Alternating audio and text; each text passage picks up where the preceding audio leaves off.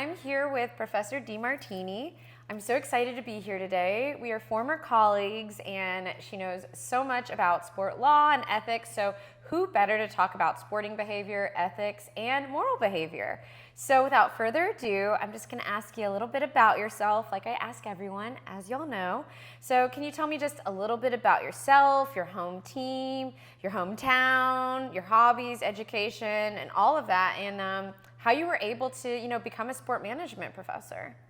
Yes, so I grew up in Asheville, North Carolina, and did my undergrad at University of North Carolina, and then did a joint degree program in sport studies and law at the University of Georgia.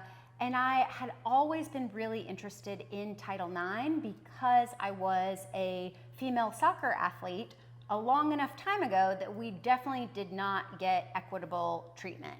So I originally thought I was going to litigate Title IX. I wanted to go out and sue schools who were not allowing equitable opportunity both in the classroom and on the playing fields for young women.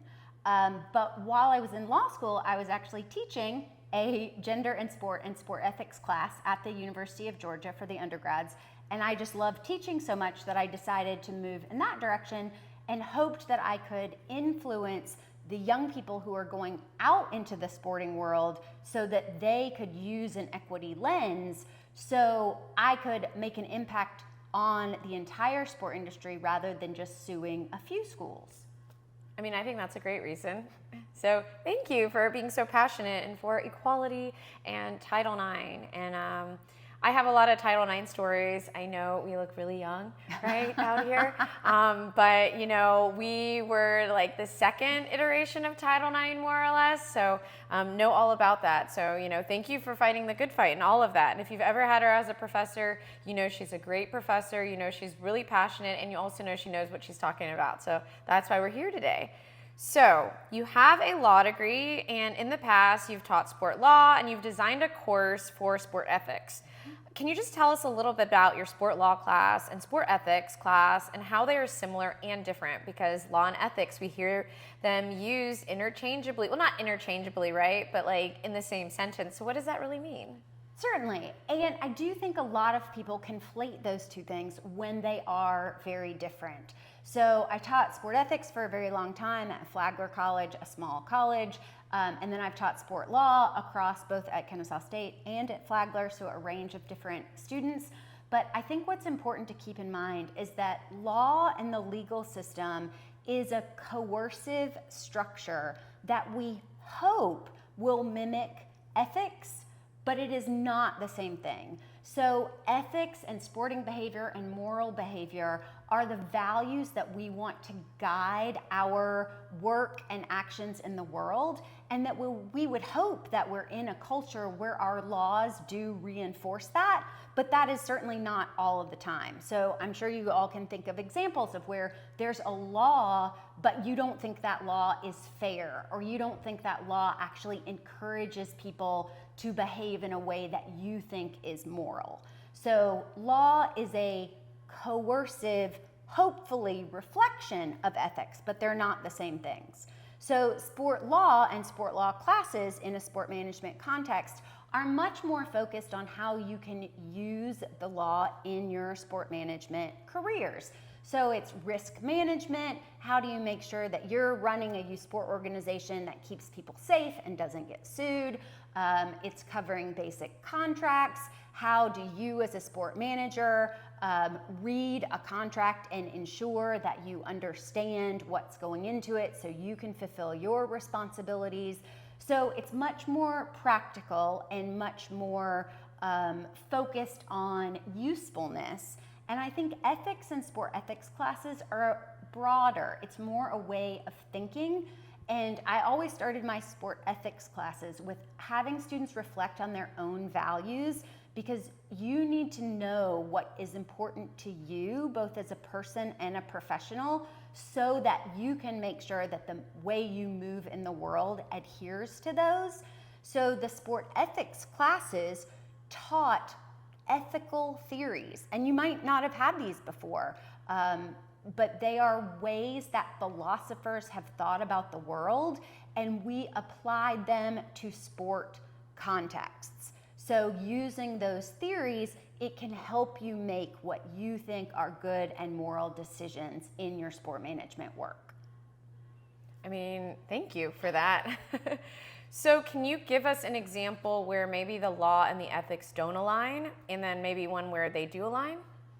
Sure. In sports, obviously. Yes. So there, I'm sure, are many. And I think we also, in that, when I always speak to students about it, I also keep in mind not only ethics and law, but justice, and how justice is, again, the concept of being fair, and that is also not always true in a law. But so in a sporting context, for example,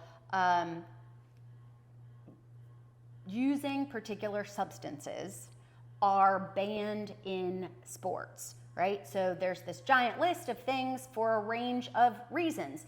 It might be because the sporting organization thinks that you are not allowed to use performance-enhancing drugs because that makes it a more competitively balanced. In some instances, let's say in high school sport, there are substances that are banned because we're trying to protect the health and safety of the athlete. But when we think about that from a fairness and a broader ethical perspective, we, as the sport industry, are treating athletes really different than we treat the rest of the world. So if you were working in finance, are not regulated as to what additional substances you could take, right? You could take as much Adderall as you wanted to stay up all night and make deals. But an athlete is considered differently. And I think that there's both an ethical and legal context there where the law of the land, right, taking a steroid, right, taking extra testosterone is not illegal in the world. It is against regulations in some sporting contexts. And we have to consider, like, do you think that is ethical? Is that sporting behavior? What are the reasons that we are treating athletes different than everyone else? And should we be?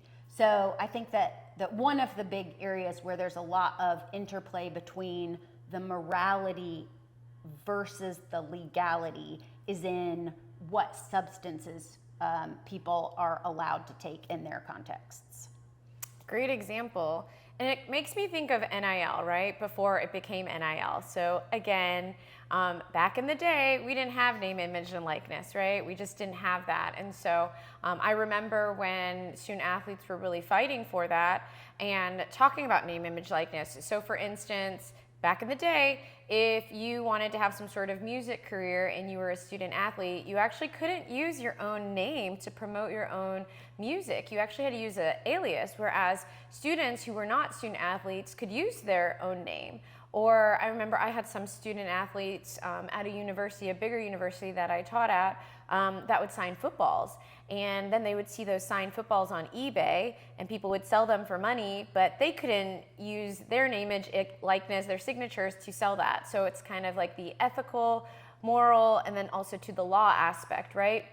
Now we're in the Wild West with NIL. The rules are always changing and going from here to there and all of that. But prior to NIL, that was what it was like. And so those were things that, yeah, definitely needed to change, right? I was a student athlete. If I performed something, some sort of musical or artistic something or other, I should be compensated for it. And other students were, but if you were a student athlete, it kind of deterred you from doing those things.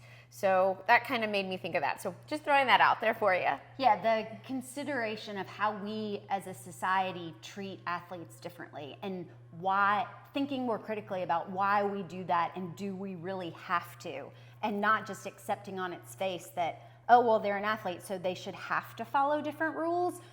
There are probably a lot of examples like NIL where they shouldn't have to follow different rules, right? They should be treated like any other student. But that is an ethical and moral question. And we hope, like with NIL, that the law is catching up. So all of these changes in the coercive regulations in the laws hopefully are moving towards a more fair idea of allowing these student athletes to be treated like everybody else. Yeah. Yeah, very nice, very nice. Well, obviously we picked the perfect person to talk about these, so thank you for all of that. So, so the importance of sport ethics and morality with law, you kind of already answered that question, so we won't talk about that. But, my next question for you, what advice do you have for students who want to go to law school? I have a lot of students that say they want to be sports agents or work for the council at a big sports team or for a league or something like that. So what advice do you have from them as far as like undergraduate education, what classes to take, ethics, morality, law, philosophy, all that good stuff? Yeah, first I would encourage students that it is really unusual to get to be an agent, and an agent who actually has clients and makes any money. If you look at the statistics of the number of agents who actually have paying clients, it is very small, and the high-profile male athletes who are making a ton of money for their agents are concentrated in very small groups of agents and agencies. So first and foremost, I would encourage you to be realistic. It is very hard to be a money-making agent, so I would encourage you to have Plan B and Plan C and Plan D. I also would highly encourage you to realize that you are not going to be working as an agent coming out of undergrad. That just is not how it works.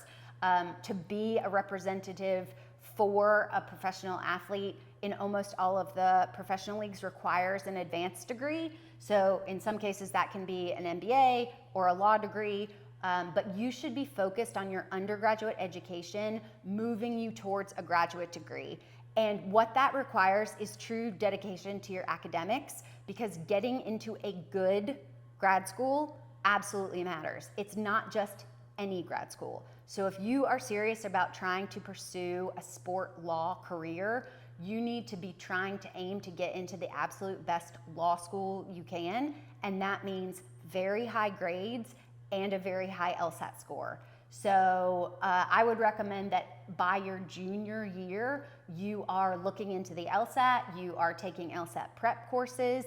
I also highly recommend taking time off in between your undergraduate education and then applying to graduate school, because it makes you a more competitive candidate for better schools if you've got some work experience. So yeah, taking the standardized test you're gonna need, but then working in the real world so you have more life experience to write in your essay to make yourself a more competitive candidate, and then trying to get into the best MBA or law school you can.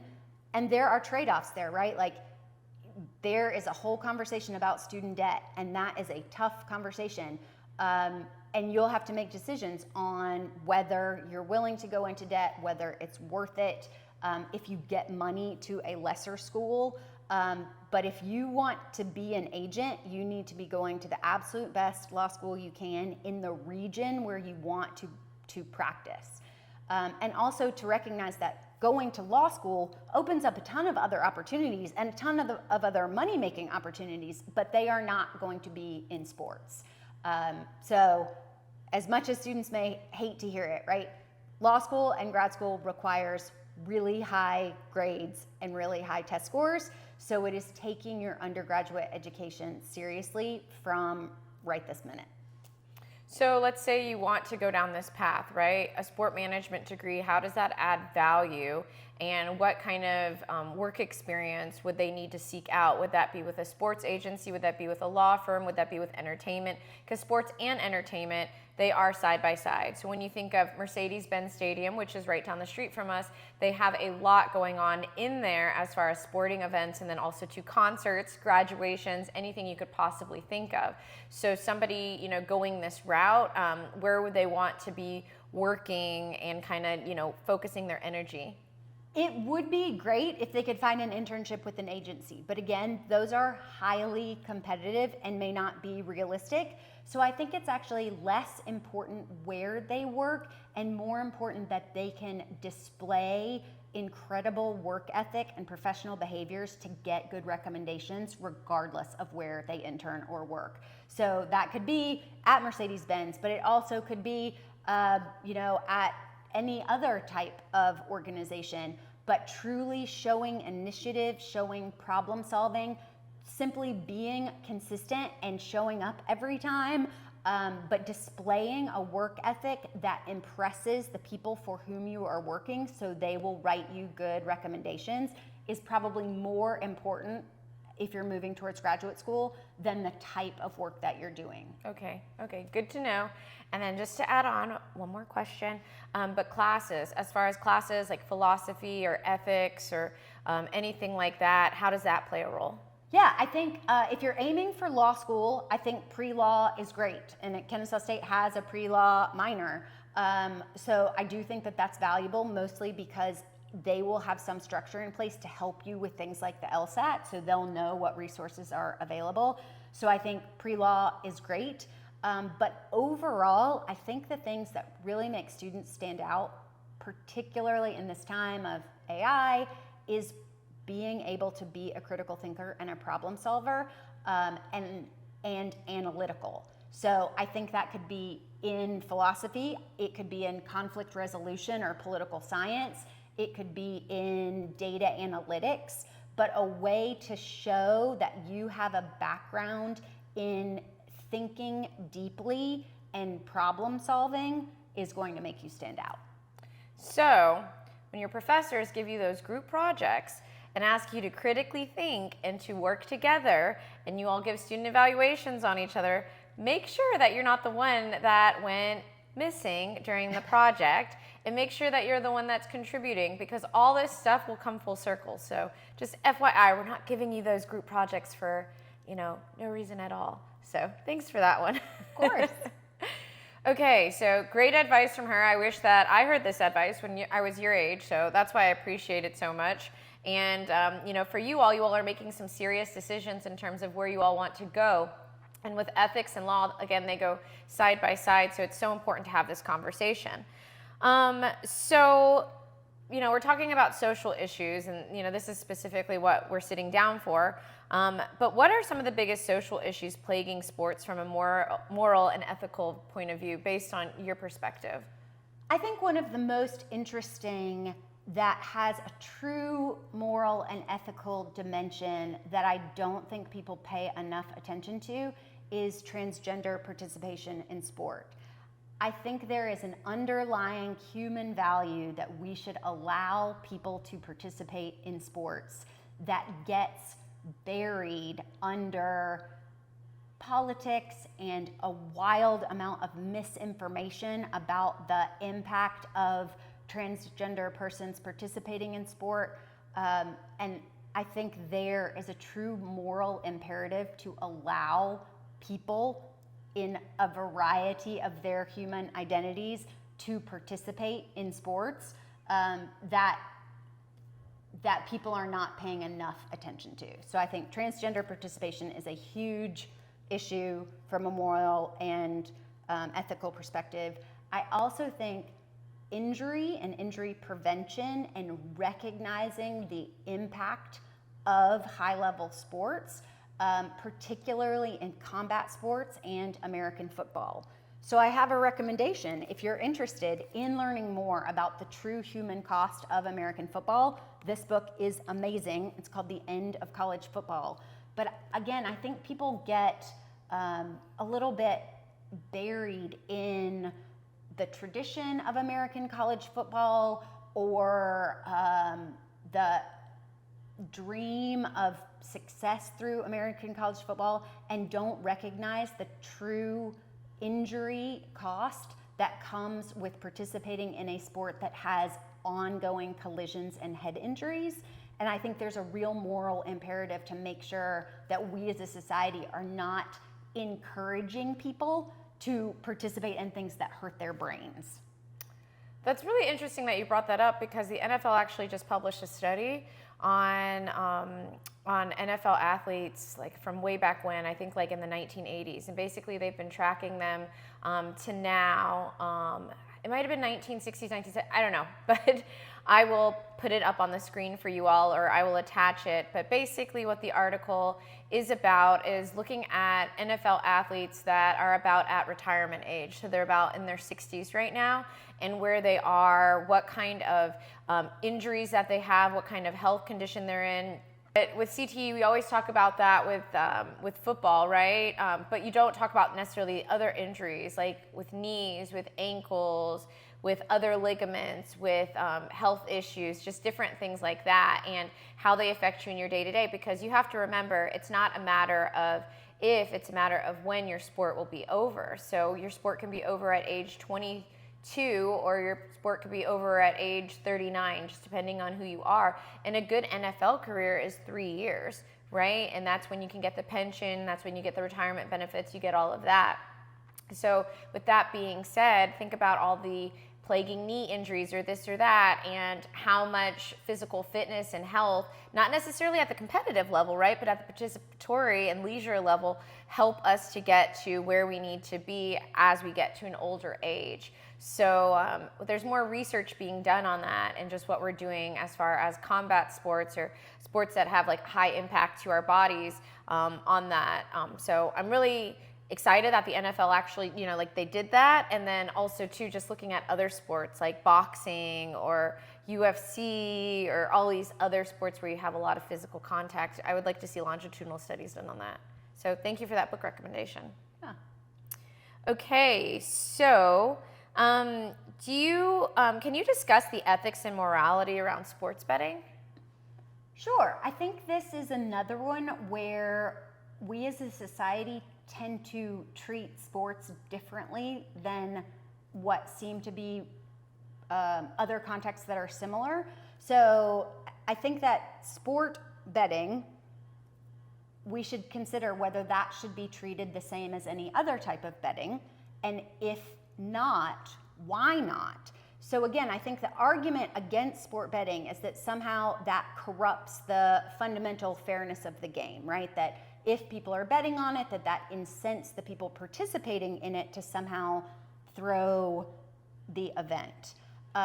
One, I think there's a little bit of assumption there of the morality and sporting behavior of the participants. That's assuming that it is going to sway their behavior.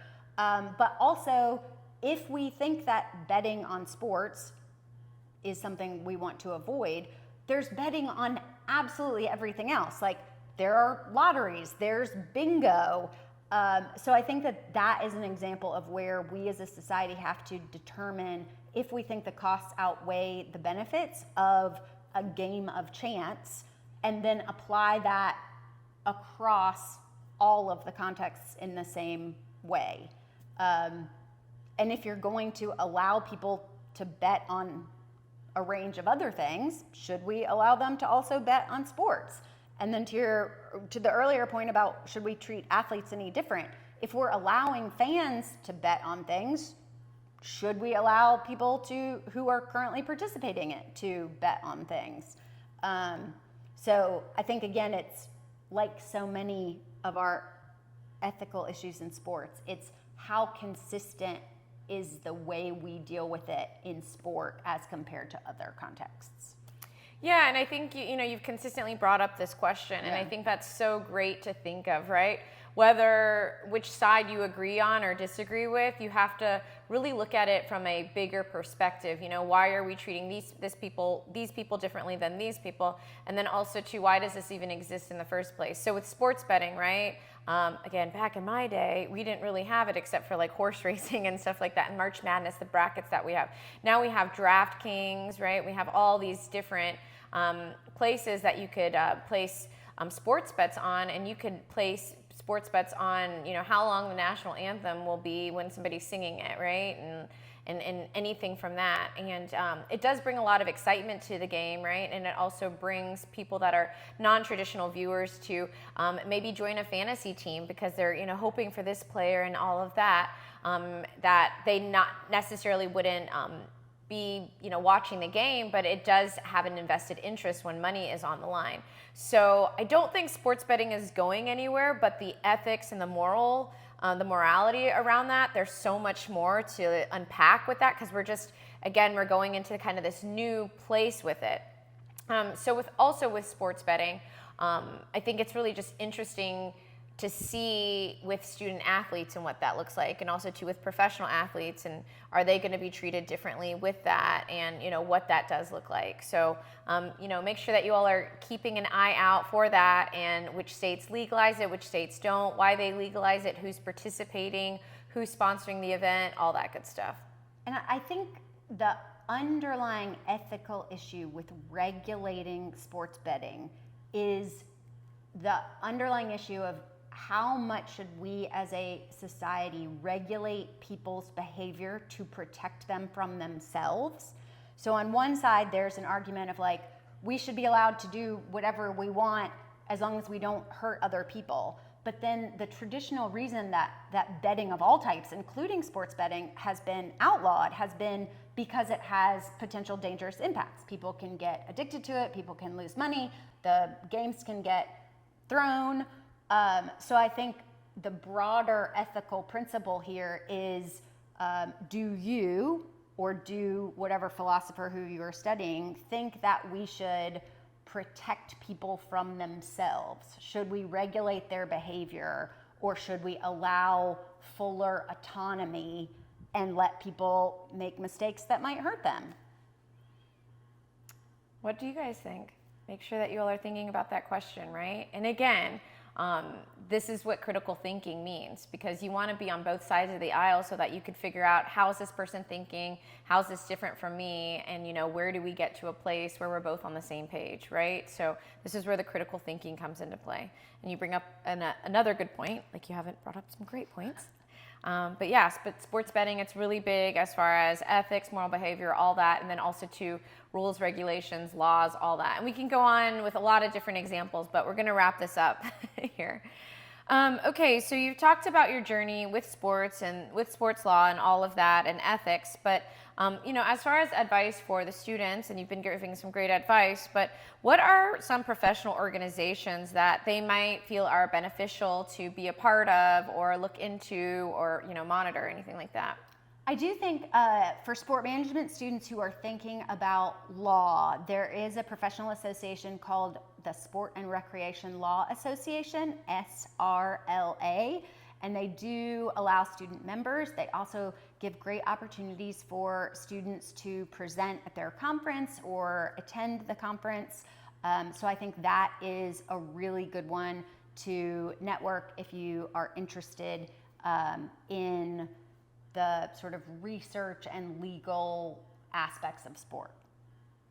Yeah, and conferences are great. I always say that students that take that extra initiative to go to conferences, you get to actually sit down with people that have been on the path that you have been on, that have made mistakes, that have made good choices, and really talk to them about the best program for you.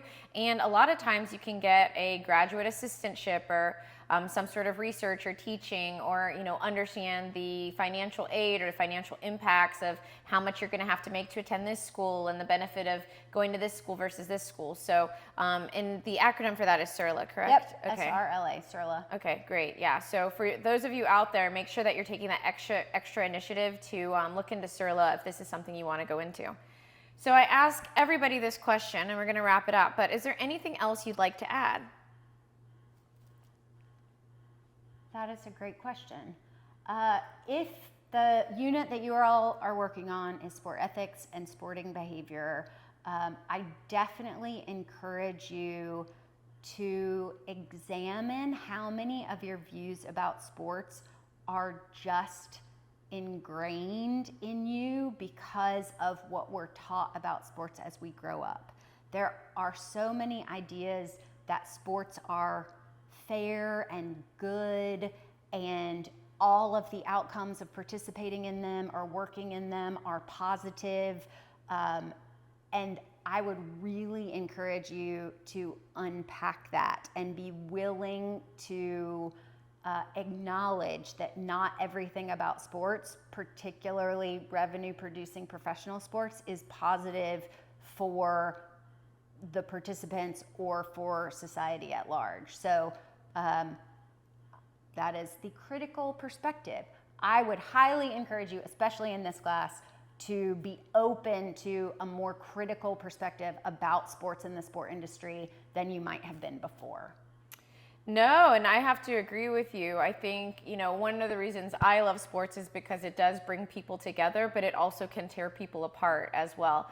And so when you're in sport management and you want to go into any profession, you need to really have that bird's eye view and really look at all the different perspectives, like Professor DeMartini is talking about, because again, if you're going to go into sport law, you need to know what all the perspectives are if you want to be a good lawyer, if you want to be a good agent, if you want to be good at anything that you want to do and pursue. So regardless if you agree with this or you don't agree with this, you need to understand where you're coming from with that, and also to looking at the other person's perspective. So I think kind of doing that work on yourself and figuring out what we call it as researchers, your epistemology, right, is really important to how you view the world, and then also looking at how others view the world and coming to decisions like that. So great advice for the students. So that's it for us for today. So thank you all so much for tuning in, and hope you all enjoyed it.